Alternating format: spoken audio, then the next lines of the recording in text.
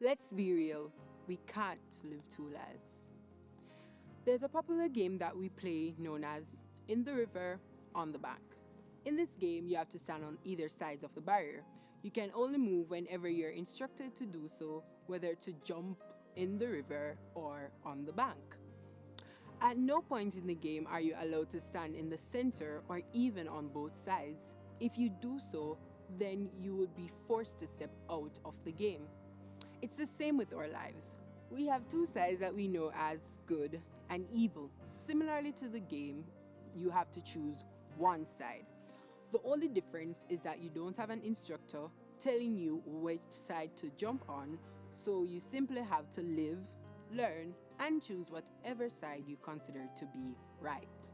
As Christians, we certainly know what side is right, but some of us are so used to playing this game at socials that we begin to live our lives the same way we play, jumping from the river to the bank.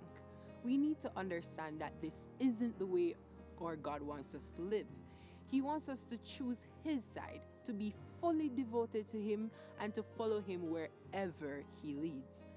I must say that all this won't come in the snap of two fingers, but we need to IMAGINE. Imagine.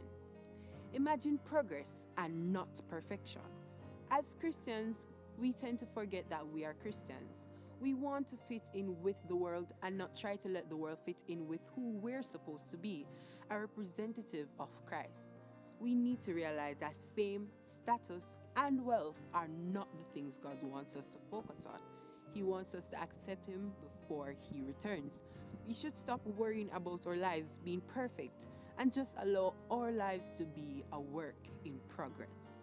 Imagine the best and not the worst. Soul Train Music Award for Best Gospel/Inspirational, Best in Me by Marvin Sapp implies that while people see the worst in you, God sees the best. People will call you names, spread rumors about you, or even fight you for the things you've earned and really deserve.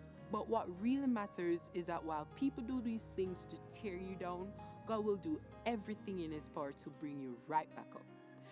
Jeremiah 29 verse 11 says that God thinks thoughts of peace and not evil. So while people will bring you to the pit of hell, God will take you out, shake you off, and allow you to press forward into greatness. Your life may seem to be in its worst state, but imagine it at its best. Imagine completion and not competition. Life is a race, but we need to be like the tortoise that took his little time to beat the sleeping rabbit in the race. Growing up, we've all heard that the race isn't for the swift, but those who can endure. This isn't just a simple cliche.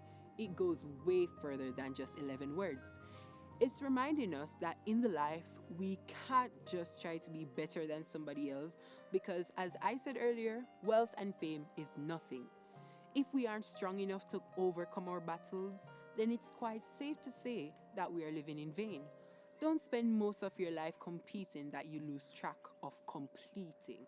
Matthew 6 verse 24 says, "No man can serve two masters, for either he will hate one and love the other, or he will hold to one and despise the other.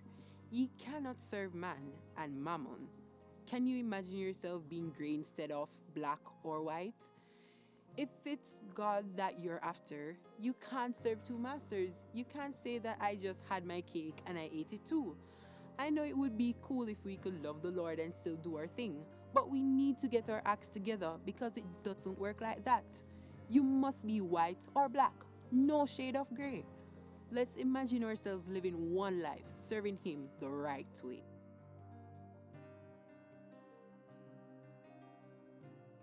Thanks for watching another upload from the Anomaly Ministries, where irreplaceability comes with being different. Don't forget to like, comment, and subscribe. Turn the post notifications on so you guys can get notified before our next upload. Don't just stop there. Remember to share. See you soon.